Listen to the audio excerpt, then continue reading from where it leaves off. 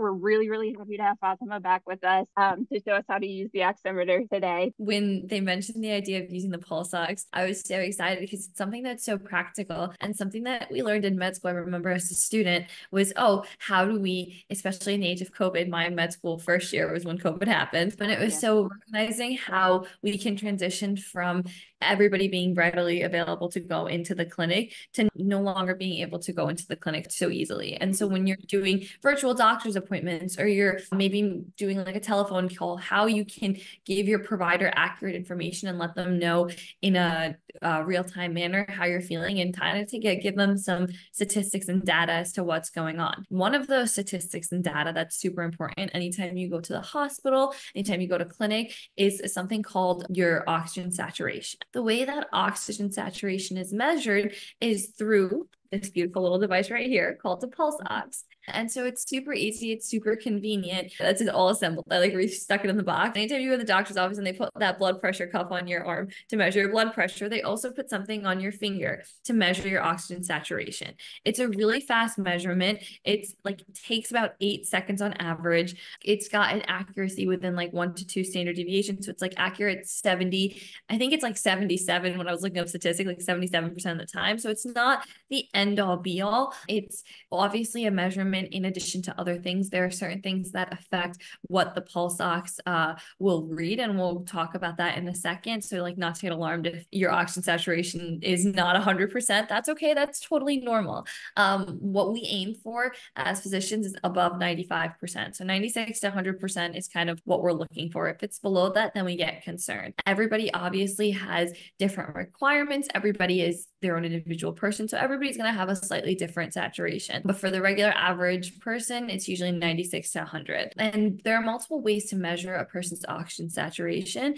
There is an Apple Watch, which has that feature, but I tested it yesterday with my Apple Watch and the pulse ox, and the pulse ox is more accurate because I used the hospital. I was working night shifts. Yeah, so I had like the hospital grade pulse ox too.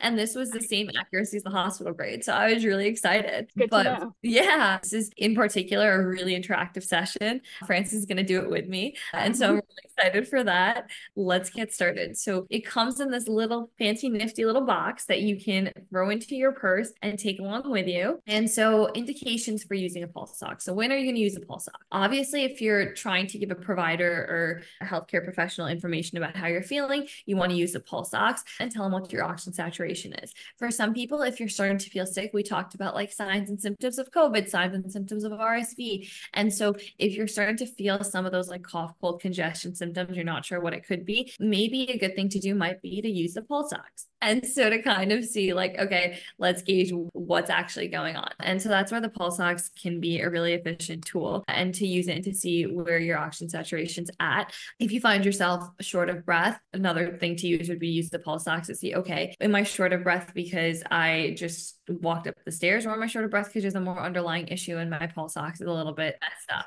And so the good thing about a pulse ox is like if you're short of breath from just having walked up the stairs, that's exertional more. And so that's not necessarily going to show up on a pulse ox. A pulse ox is going to be a more continuous measurement of the oxygen saturation in your blood. So it does fluctuate. Like if I do put oxygen on a patient or somebody gets oxygen given to them through like a nasal cannula or through a mask, their pulse ox will go up. However, that's because they're getting more oxygen into their body. It's spreading to your extremities. It's measured usually on a finger. And so if you're just for like a transient and for a hot second, you walked up the stairs and you're a little bit out of breath, it's just that's increased work of breathing. Your body's still able to oxygenate fully, which is the cool thing. It's not able to oxygenate fully if you have an underlying lung condition, and that's what the pulse ox will show. The thing with that is that with the shortness of breath from exertional energy, that's increased work of breathing, but you're doing that increase that because you want to ensure that same oxygenation is there. Your lungs are working great. You're just working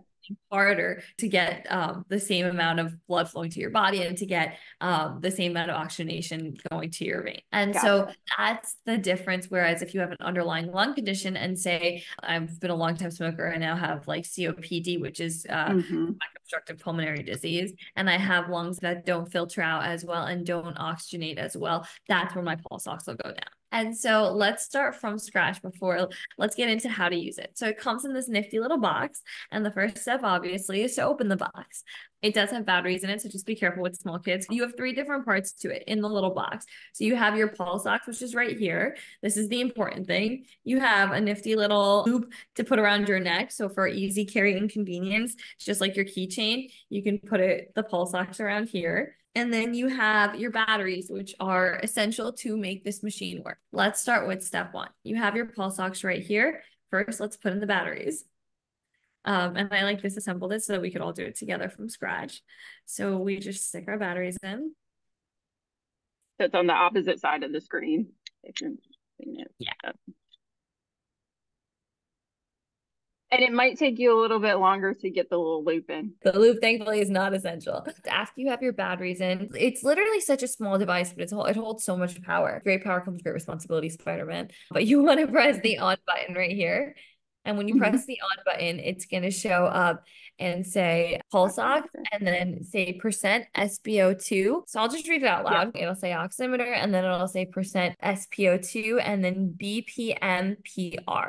So that's beats per minute and that's your pulse rate. So this thing that's really cool about this is it also tells you how fast your heart is beating. So sometimes if our oxygen saturation is down, our heart's beating really fast to try to compensate for it. So this will tell you whether your finger is in or out. It'll give you the battery percentage. So it'll tell you on the top also how much battery is left. So you know, okay, battery's dying, I gotta go buy a new pack of batteries. And I think it's AAA batteries that it takes. And so the first step to doing the pulse ox is to put your finger in it. So you open it by pushing on the where the button is, the opposite side of the button, you push down and then you stick your finger in it like so. Traditionally, you use your index or your middle finger, but it really doesn't matter. But either one of these 3 middle fingers is usually the best. The pinky is a little bit hard because it's such a tiny finger. And so it kind of doesn't always provide the best measurements. And then the thumb is just sometimes a little bit too big. You want a nice snug fit. So I usually use my middle finger just because for my fingers, that's where it fits the best. And so you put in your finger like so. You put the not nail surface of your finger on the opposite side of the button, just like you're resting it down to get a manicure, and you put it in the machine. And you should feel inside the machine, there's like a little resting spot for the tip of your finger. And so when you put it in, it kind of makes it a little bit like a little cushion for your finger. And your finger is in there, it's nice and secure. And you press the on button. And usually you want to take your hand and you can move it around, but you shouldn't. It's best to just leave it on your lap or a flat surface. So right now I'm just putting it on my knee. And right now it's telling me that my percent oxygenation is 97% and my heart rate is 73 beats per minute. So you can see that right there. My heart rate is high for some reason, but mine is also 97, but it's 112 beats per minute. Oh my goodness, I'm nervous talking, but now I know, right? I don't know. Yeah. Couldn't tell you, but that part's high. But like, yeah, 97. Both of us had 97, like you said. So it's like it doesn't have to be 100%, like no, to be fine. Yeah, yeah. Yours went up to 98. For me, so it's interesting. Everybody, just like Francis said, everyone is so different. For me, I know my fingers are usually pretty cold. And so if your fingers are colder, honestly, it makes your percent oxygenation a little bit harder to read. And it takes like a second for it to warm up. And so once the pulse ox is on my finger is getting nice and warm and cushiony. So it went up from like, I think it's at 96 and now it's at 98. And now it's probably going to chill around here and that's fine. Oh, and it went up to 99, like as my finger regains blood flow. And normal pulse is usually like 60 to 100, but it's so variable. Something that's really cool is to like test the accuracy of this. I just switched it from my middle finger to my pointer finger, and I had the exact same percent O2 sat. Obviously within 1 or 2 points. So if I go from like 97 to 98, it's not a big difference. But on all 3 fingers, I just switched it and it's 97 or 98. When do you get concerned and what are different things that people need to think about? So when you're reading this, sometimes it's like, oh my God, my heart rate's like Francis saw her heart rate be 112 for a hot second or like that. Some people get a little bit concerned about that. But the good thing to know is, okay, all these measurements are taken in the context of something else. So she's doing a presentation. She might be a little bit more on edge. Amped up. Yeah. And And so like the moment I start talking, I kid you not, my heart rate went up by like 5 beats per minute, and even went up by 10. It went from 60 to 75 real quick. And so in the context of that setting, so it's not something to be concerned. If she's walking around on a day-to-day basis and her heart rate normally is 112, that may be an area for concern, that her heart is working too hard. And if that's the case where it's every single day that's what her heart rate is, that's where it's a little bit more concerning. However, everybody's baseline is different. So for me, I know my heart rate runs pretty low. Normally, like I'll be in the 40s, 50s. And so for me, that's normal. Whereas for somebody else that goes in the 40s and 50s, that's something to be concerned about. In terms of percent O2 stat, so heart rate, long story short, it's within a context of something. For some people that have underlying lung conditions, so say, for example, you have asthma, you have COPD, you're a smoker, you have restrictive lung disease, you have a cancer history, sometimes in the setting of obesity, sometimes in the setting, pulse oxes can just be varied because your fingers are cold and it's not like reading it accurately.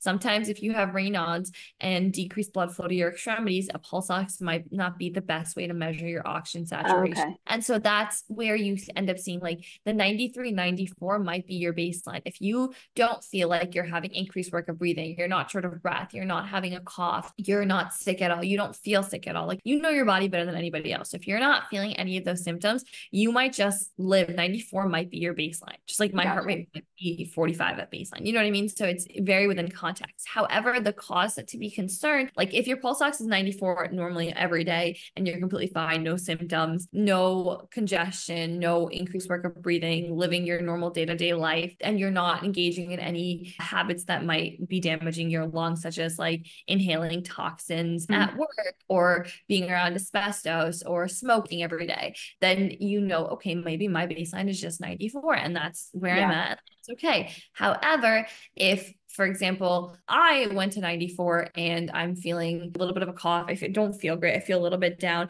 and I check my pulse ox and it's 94, then I might be a little bit more concerned to say, hey, what's going on? Maybe I want to see. And so it's really within the context of the person. That's why these are really great to get your baseline. So now that you did it once right now, while you're healthy, while you're feeling good, this is your baseline. This is normally where your heart rate's at. This is normally where your pulse ox is at. This is a good baseline. And this is good so that when you're in a situation where you're concerned to say, hey, are my symptoms, is what I'm feeling cause for further evaluation or further workup, or should I go to see a healthcare provider? You know your baseline. If it's different from your baseline, that's where we get concerned. So everybody's baseline is different. You do it in a period of time that you're feeling well, maybe do it a couple times, and just sort of see where you usually land while you're feeling well, while you're not, having any symptoms of any other issue, that you can test from there. So if it's very different, then you'll know that might be something that you need to note with a doctor. Sometimes if you have like a bruise on your nail or something, like if you break a nail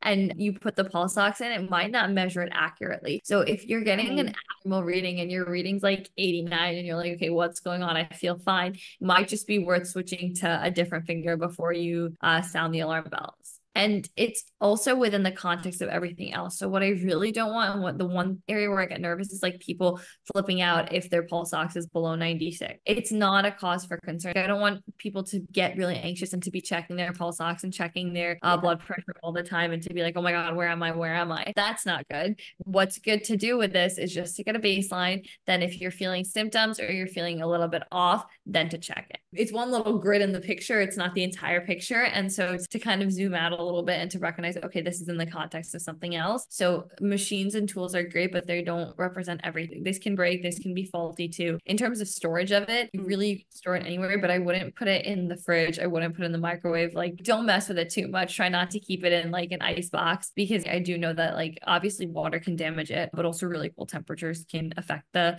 pads on the inside, because the pads on the inside where your finger rests are where your blood pressure and where your pulse ox is measured from. And it really doesn't matter which way you keep your finger. I traditionally just like to keep it like that. And you can move it around, but your pulse might be falsely elevated. So it's best to just keep it there and sitting. Your pulse is the beats per minute. So that's how fast your heart's beating. You want to keep, especially if you're sitting on a flat surface, uncross your feet, not talk while you're taking it, because that'll also falsely elevate it. And so those are just some things to note. One thing to note too is you don't want to keep this on your finger for too long, because that can also be a problem. You don't want to just sit there with the pulse ox on your finger for 10 minutes at a certain point, because it is putting some pressure on your finger. You could like cut off circulation to your finger. So we don't want this to cause more harm than good. It's a tool utilize it properly. But I think just to recap, the big things with this is, again, it's a really, really useful tool to give you an indication that, hey, this might be something I want to get worked up further, or to say, hey, maybe I just need to sleep it off. Again, obviously, if you're feeling sick and you're not feeling great and it persists and it lasts for a longer period of time, it's definitely good to go seek help. But this is a really cool tool to say, hey, maybe I'm off my baseline. Maybe this has something to do with it. And especially with people who have asthma, it's really helpful to say, oh, maybe this is a time when I should take an inhaler, or I should use like a nebulizer treatment. And so, for example, if you have asthma and you're on nebulizer treatments and you are wondering maybe what part of the day you want to use it, sometimes people's oxygen saturation drops at night or drops when they're going cold or in the morning time. This can help be like, okay, I don't feel great. I just came home from work. What's my pulse ox at? It's not great. It's like 93, 92. Maybe this is the time I want to take my nebulizer treatment, or this is the time I want to take my inhaler. And that's a good indication for it. For pulse ox, that's basically the amount of oxygen that's saturated in your red blood cells. So each of your red blood cells, those are the cells in your body that carry blood and pumps from your heart. When your heart pumps, blood from your heart pumps into your lungs, gets oxygen, goes back to your heart, then pumps all around your body. The way that it's pumped all around your body is on these little red blood cells. These little red blood cells carry oxygen. So when they're carrying oxygen, this is saying how much they're saturated with oxygen. So how much oxygen is on that cell. And so the amount that's normal is usually 96 to 100. If it's 95, not a big deal. 94, that might be your baseline. Usually below like 91 to 93, 94, that's usually like an asthmatic's maybe baseline, or somebody who has interstitial lung disease, an underlying lung problem. That's maybe where they'll live around, and in the low 90s. If you drop below 90, so you're like 89, 88, 87, that's an area where, okay, that's not really normal. That might mean that you need to have maybe 2 liters of nasal cannula. So you get oxygen at home. People might have underlying health conditions and then need to receive oxygen at home. You might need to maybe take an inhaler treatment. You might need to have a little bit of supplemental oxygen provided to you at that time. So that's usually like 89 and below.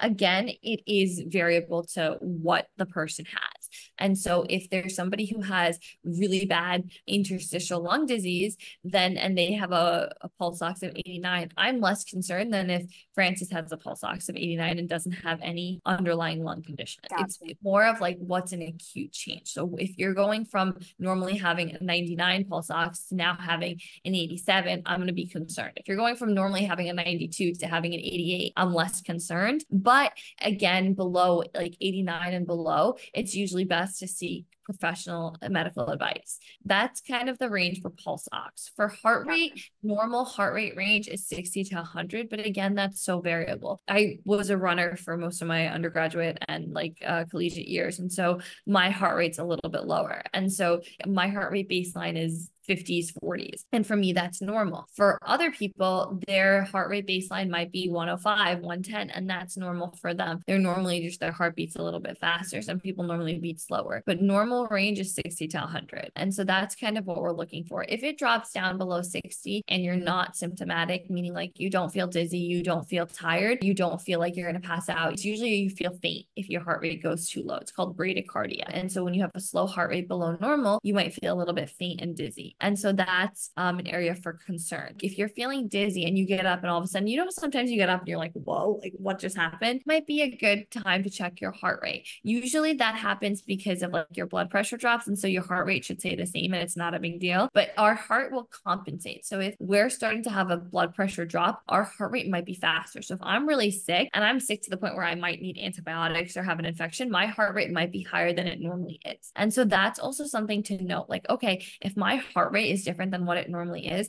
that's when I want to seek medical attention. So it's really like what's different than your baseline. So it's hard for me to say like, this is bad for you, this is good for you. Is this different from your baseline? And that's why these are great to have at home to find out what your baseline is to quickly and in real time check if you're different from baseline.